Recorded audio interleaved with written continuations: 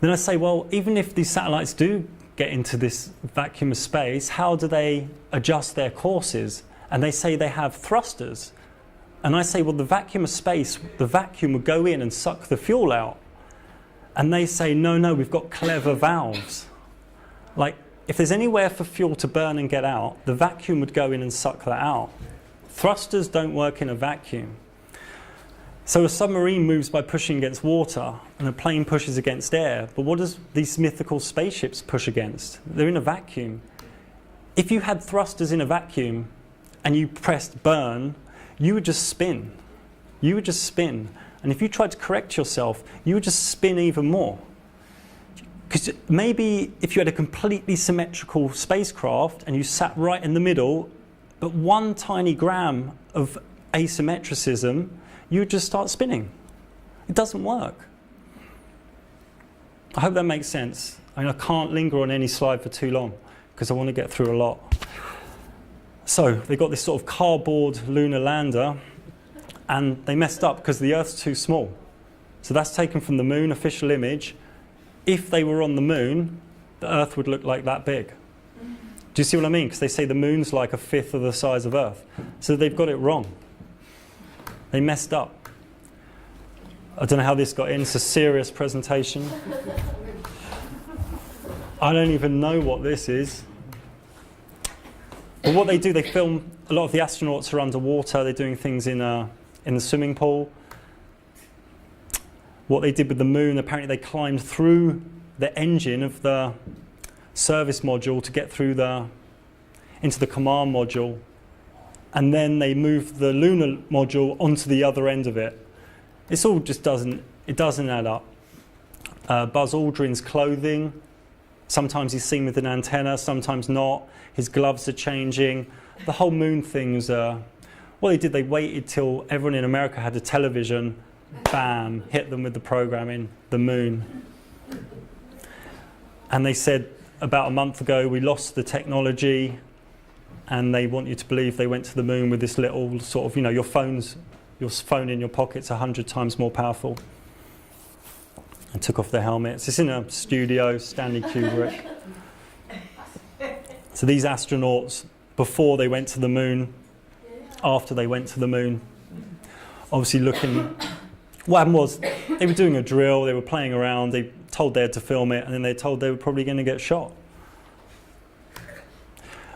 Neil Armstrong's astronaut suit in a museum unfortunately doesn't match the footprints on the moon. First lunar lander, who took the picture? Buzz Aldrin. This was, I don't know if anyone ever saw this, I think it was 1977, this launch from the moon. It's really bad, small models, really fake. And Tricky Dicky Nixon, he phoned up the moon, speak to the astronauts. No second delay, but now if when they talk to the ISS, there's a 11-second delay. Doesn't make sense. If you look into the visor, there's an office there. This was the Gemini 4 mission. I don't know how that got in. Someone's been putting silly slides in. What they do, these are fireworks, no one's actually on them, and they fire them into the sea near Florida and call that the Bermuda Triangle, don't go there. And they also do it in Kazakhstan where there's just a few farmers. And this is fun as well, like this is really funny. So they say these things re-enter at, I think it's 17,000 miles an hour when they re-enter into the atmosphere, and they want us to believe that a parachute slows it down from 20,000 miles an hour, and that it's been at the heat of 2,000 degrees Celsius. Now that heat would burn through the parachute, and also the parachute would just rip off, and there's no burns or steam. This is all just smoke and mirrors.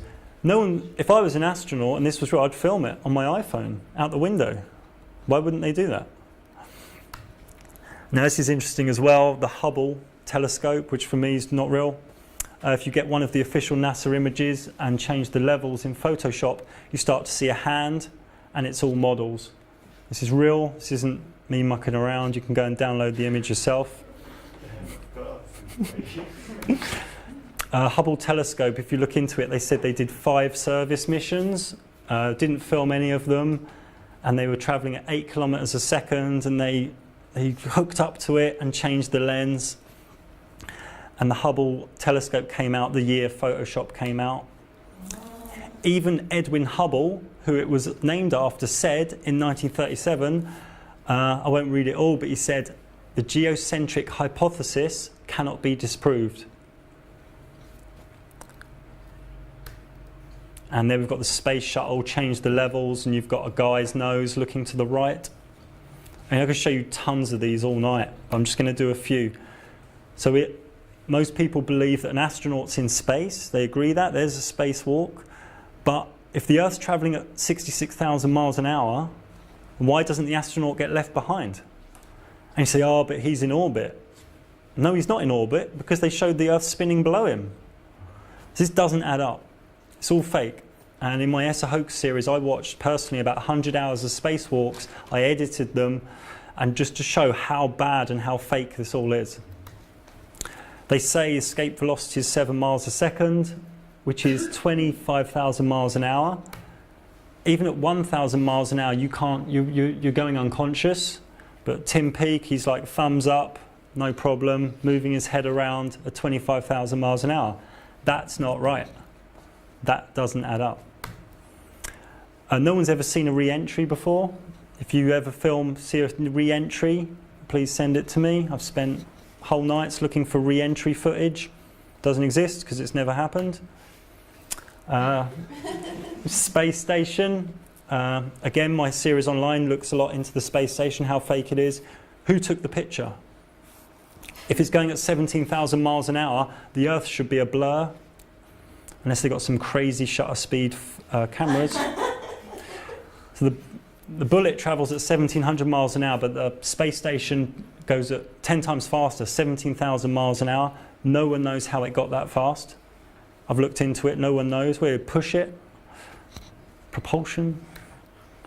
So Tim Peake was he's a military asset from my research. He's paid very well. He was on the space station linking up to schools. It was a school chat. And no one knows any decent experiment they've done in space. No one here can tell me. If you actually look online at the experiments they do, it's just, oh, I grew a vegetable. Okay, what I would expect, I used to work in industrial software in big systems. I'd expect a very clean ship on the space station, but you just see a pile of cables, complete rubbish. This guy the other day was talking to school kids, look at me, I can float, I can do bubbles, and the bubble burst everywhere. What, with life critical systems? Again, I did a video about, they say they've got internet on the space station, and I looked into the official story and just blew it apart. It's complete nonsense. The live astronauts were doing a talk and they messed up. He said he watched a sports thing, and then he looked, oh no, why did I say that? And we got them. Yeah, it's completely fake. The idea of having internet and an internet satellite. If this was true, you had internet on the ISS, you'd have really fast Wi-Fi on every single airplane over oceans, which you don't have. This was a few months ago, a manual docking to the ISS, 17,000 miles an hour, they did a manual docking. If you just braked a little bit, if you could brake in the vacuum, you would just shoot away 300 miles and they were going forward a bit. Unbelievable. So when you actually look at the ISS in the sky through a really good telescope, you just see this. And it wobbles a bit. It warps and wobbles. So what you're looking at could be a hologram, a projection, a U-2 bomber changed. There's many theories, but that's not enough evidence for me to believe in spaceships. NASA have never shown us an astronaut going out to a pressurized airlock and out to a vacuum. They've never shown that as one sequence. They've never shown an astronaut on a spacewalk turn around 360 degrees. It's known as the fourth wall in studios. CGI, if you type in satellites in space, you'll see it's just CGI. You can change the levels on some of these pictures and you see it's been cropped. The sun from these SOHO and SDO satellites is all fake for me. On the left is more real. There's no proof that it's burning. Another NASA image, CGI, they got these new cities near Perth all of a sudden. Copy and paste we've seen on many Earth images. That don't add up. They say there's these different layers to the Earth, but humans have only ever dug 7 miles down. Humans can only have the technology to go a few miles down. This is shown to children in loads of books. It's pseudoscience. They say the Earth without water looks a bit like this. It's not even worth the time. Jupiter's been Photoshop blurred. I would say it's a tin of paint. Make your own mind up. Yeah. And of course they got models. I don't know how this slide got in there. And they come up with these fabulous stories like it rains diamonds on Neptune. Don't tell your wives. If you're stealing spaceships. Okay. And even they put it in your face last year. 25th year of Photoshop. On the box is an astronaut. Another interesting one is when you look at Antarctica when you type in Antarctica from space, you get these images. They don't look very real to me. They look very Photoshop-y. They've even got 2 different images from official satellites, and it's completely different. There are no flights over Antarctica you'd as a shortcut. What they say is it's too cold. You're not allowed to fly over it because it's too cold. But you can fly over Siberia, you can fly over Canada. And when you can go to the South Pole for 80,000 euros, you take a trip there and your GPS says you're at the South Pole. It just goes 0, 0, 0. But GPS is an American military system. It's not hard for them to make a model in maths on the GPS network. The Antarctica Treaty, this is quite a lot of countries who have signed up to this. They're protecting what's really going there. So no plane has ever circumnavigated the globe north to south. They say again it's too cold to do that. But recently they told us they went to Pluto, 3 billion miles away, minus 300 degrees. And with the Pluto, they put it in our faces. They actually made the planet look like Pluto the dog. They're just mocking us. It's not only CGI, they're also using fairy liquid bottles and poppadoms. And, you know, it looks like a concrete mixer. But the space thing we could do hours on. It's only one piece of the jigsaw. I want to get away from space. Mars, yeah, that's on Earth. And they say you can control the Mars rover from Earth, you know, like a few million miles away. Yeah, right. So with the eclipse last week, they said that the eclipse in America, it just caused a 100-mile wide shadow. But this doesn't really add up because shadows can't be smaller than the object casting it. Shadows are always bigger. What they're actually saying is, I'd rather use this image. Shadows don't work like that. Is this? They're saying this happened. That doesn't work. Shadows don't work like that. I've written a book about the moon which goes deep into eclipses. We'll touch upon it later, but eclipses are like the complex part of this true cosmology. There are a few different theories out there, but they make more sense than this garbage. How does an object cast a shadow smaller than itself? It doesn't. You can do your own tests, get a torch, get a ball. Yeah, it's repeatable, observable.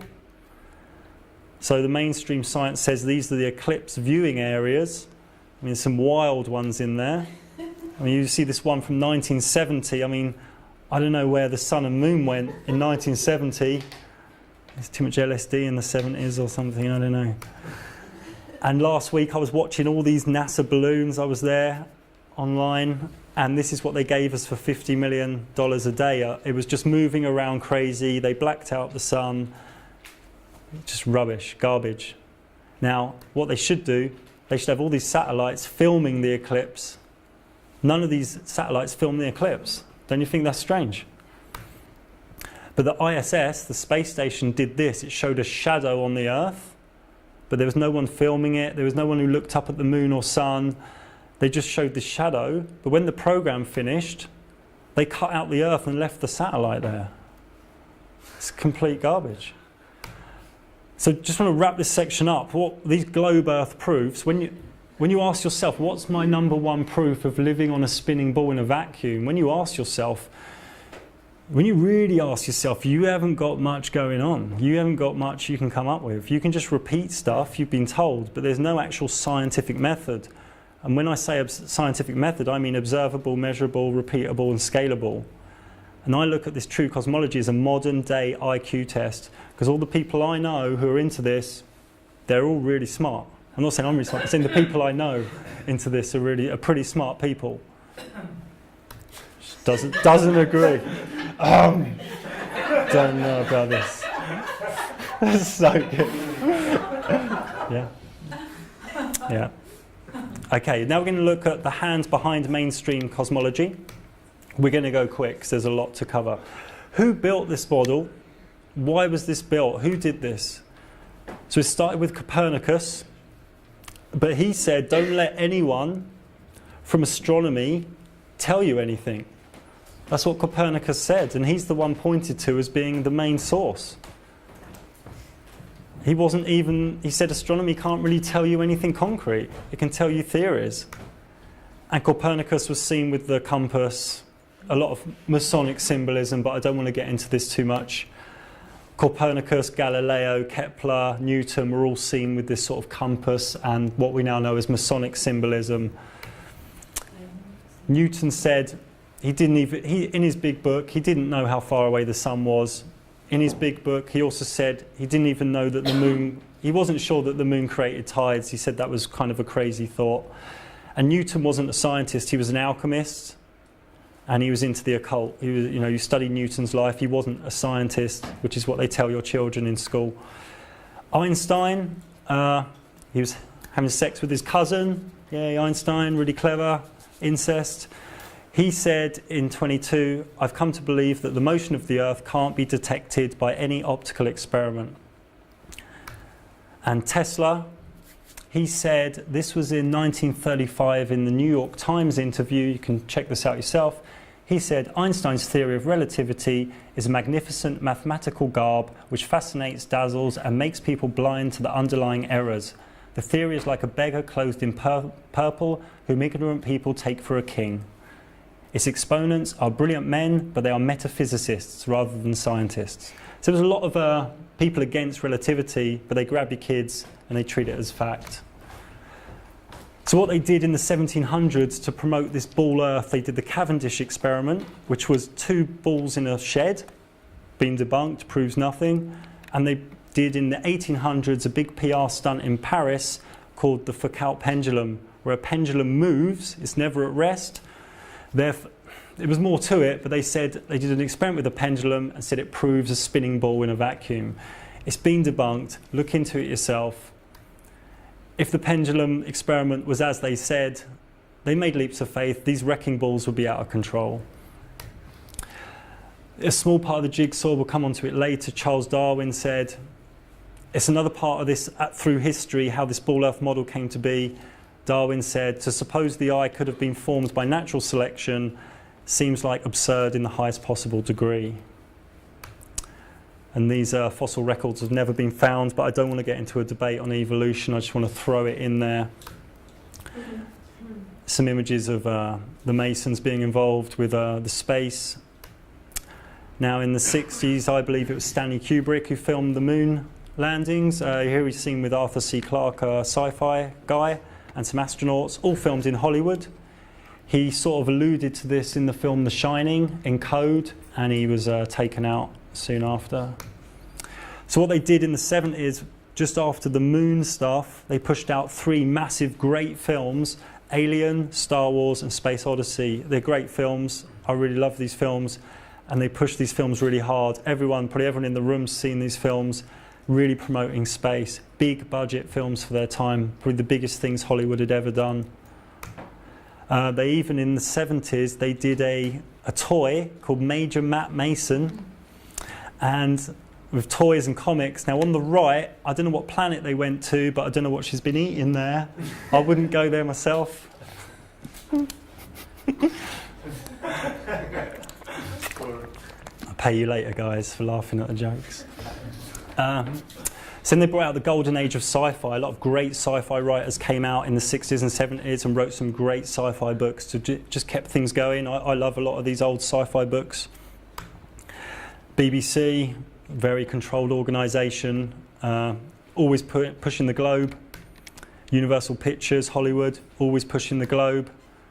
They put out these experts. I mean, one's a failed actor, one's a failed comedian, very good on TV, very likeable characters, very appeasing to the family. They are the bad boys. Brian Cox is the English guy. You know, he claims science, goes with a theory that contradicts observable reality. I've called him out. I said, let's have a debate online. Just ban me from his Facebook. Yeah, and he's sort of like a housewife's favourite. They put him in the English press as being very fun, so you get your kids in front of him, very child-friendly. They keep saying the word science until you believe in monkey people. And what they do is they tell you everything's millions and billions of trillions of miles away with no proof. I've made a video about this if you're interested. So they push things away from your consciousness. They also do it with history as well. They push things millions of years away. That's another subject. But this is a key thing they do. They push things away from you so you can't get at it. They do PR stunts like the Red Bull jump. You can see a level horizon. Out of one window when he goes to jump a curve. You can see they freaked the curve so much the pole is curved. They took a few shots in the studio. The word zenith was on differently. If he were, if the curve was true, he would be like a 2,000-mile high astronaut.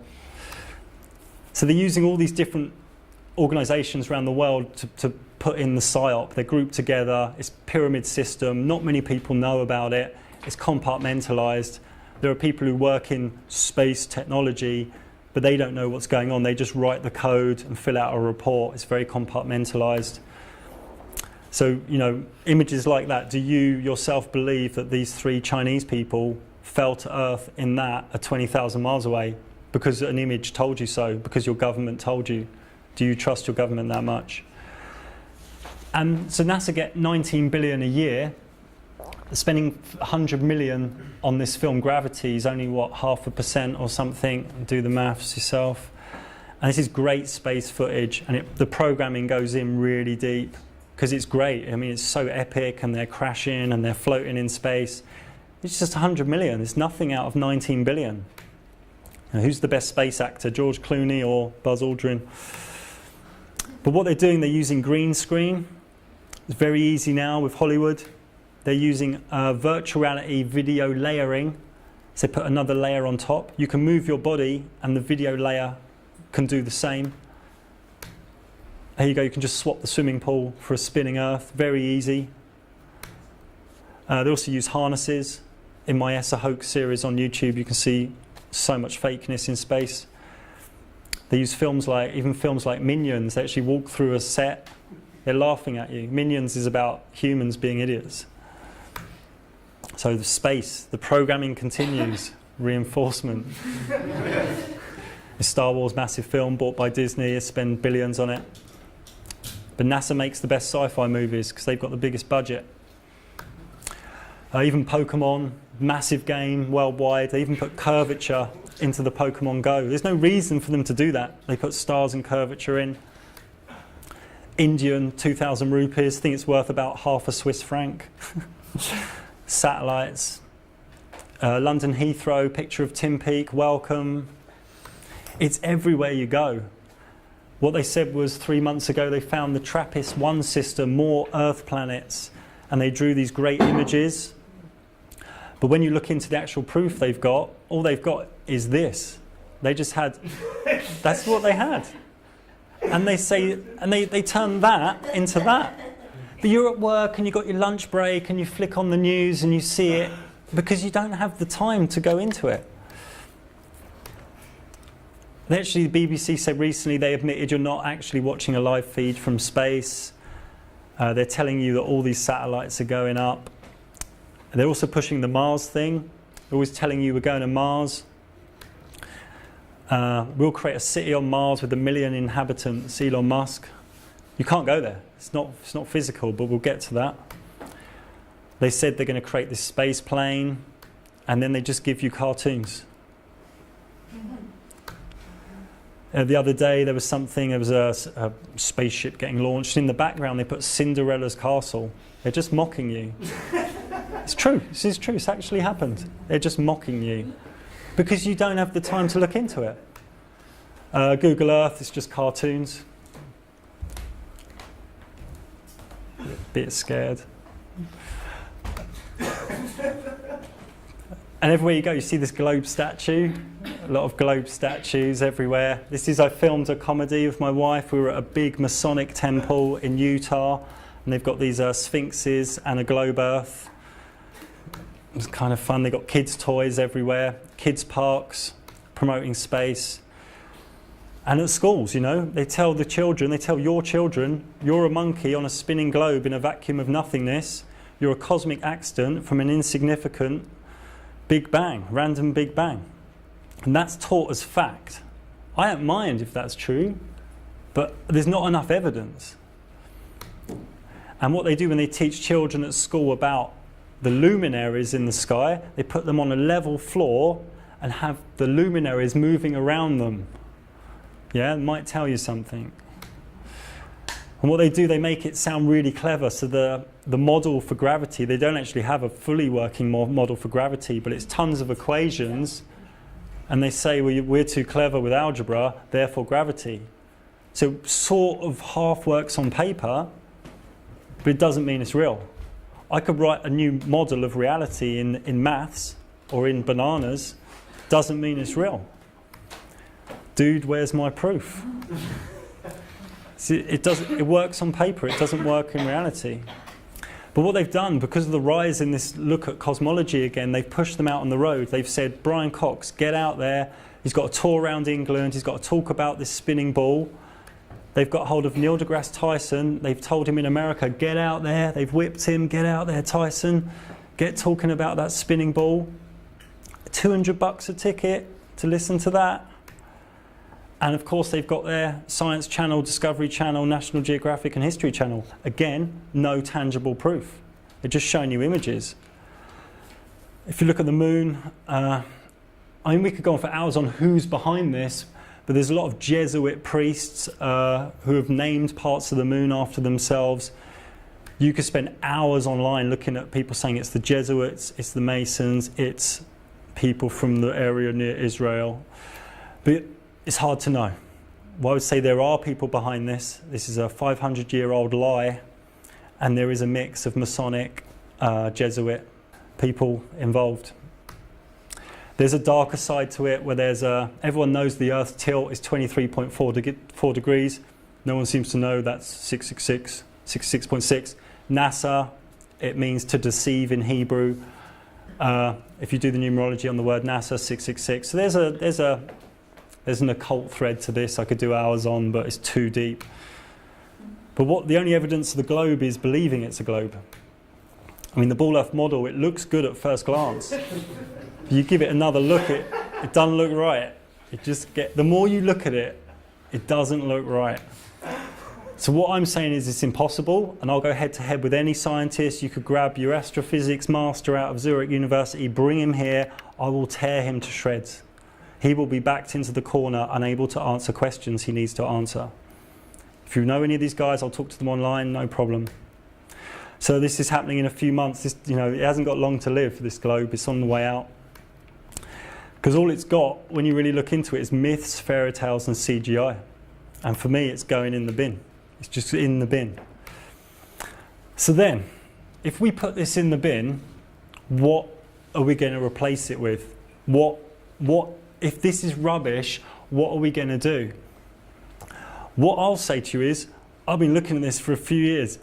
I don't know what the true cosmology is, and nor does anyone else that have been in this field. But that doesn't make it a spinning ball. We don't know. We don't know. But we have an idea. Wow, how anticlimactic. But I'll show you what we think it might be. This is just so crazy.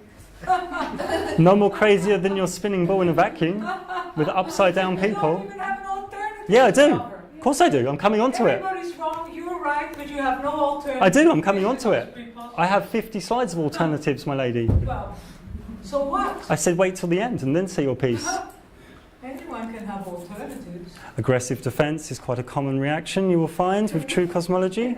Right, so what I would say is I'm a direct realist. I'd say the Earth is motionless and water finds its level. I no longer believe I live on a rotating, orbiting globe in an infinite void. It's coming, it's coming. I would say the horizon is a line of convergence. When you look at the sea doesn't go up, but you see it go up, and you see the sky go down. The sky doesn't go down, the sea doesn't go up. It's your human eye has a line of convergence. It is not the curvature of a ball. And where it converges is your vanishing point. When you go up 10 meters, 50 meters, 200 meters, the vanishing point goes further. I believe buoyancy and density are real. I don't believe in gravity. I believe if something's heavier than something, it falls. So I believe in buoyancy and density, very real, very observable. I can do scientific experiments. Here we go.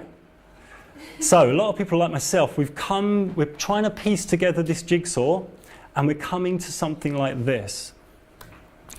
A level model, north in the middle, Antarctica everywhere's pointing south, and Antarctica's an ice wall around the outside.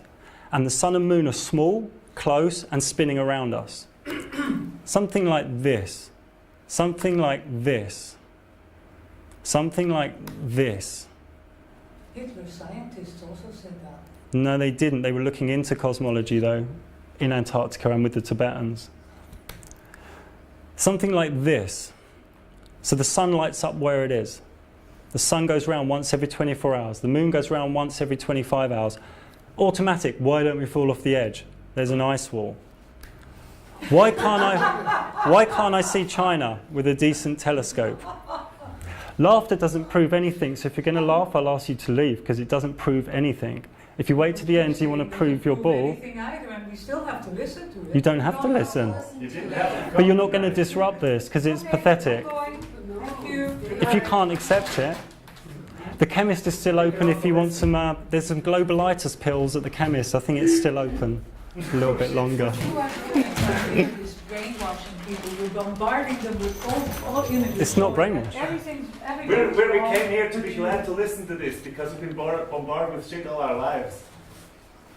Thank you. I'm happy to be proved wrong, and I've been looking at this for years. This is not brainwash. Everyone else looks into it, comes to the same. It doesn't matter. It's like many things in medicine. You can't prove them, but it still works. Right, you're getting barred. You're going to have to leave if you can't be listening and have your peace at the end. To believe in yourself. So people say, why can't I see China with a good telescope? It's because you can't see through buildings, hills, mountains, dense atmosphere. People automatically say, well, people have circumnavigated the globe. You can circumnavigate it this way. Remember, north's coming out. South is from the north. East and west are in circular motion. People say, what about the seasons? Now, the sun in winter is at the Tropic of Capricorn, going round, and in June, it's at the Tropic of Cancer. Funnily enough, it's in the sign of Cancer in summer and in the sign of Capricorn in winter. So this all fits really well historically and with astrology. Short question. Have you ever made any experiments regarding the height of the sun and the moon? Yeah, I'm going to come on to that. All right. That's why I said leave questions, because I'm probably going to come on to it. The UN map is very similar to what a lot of us think.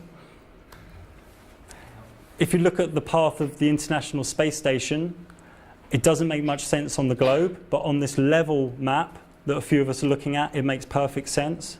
Makes a pure circle, a high altitude drone. A lot of these things like temperature, jet streams, ocean currents make more sense on this level map. Flight paths make more sense. Why would a flight from Moscow to Cuba hug Greenland and hug the North Americas?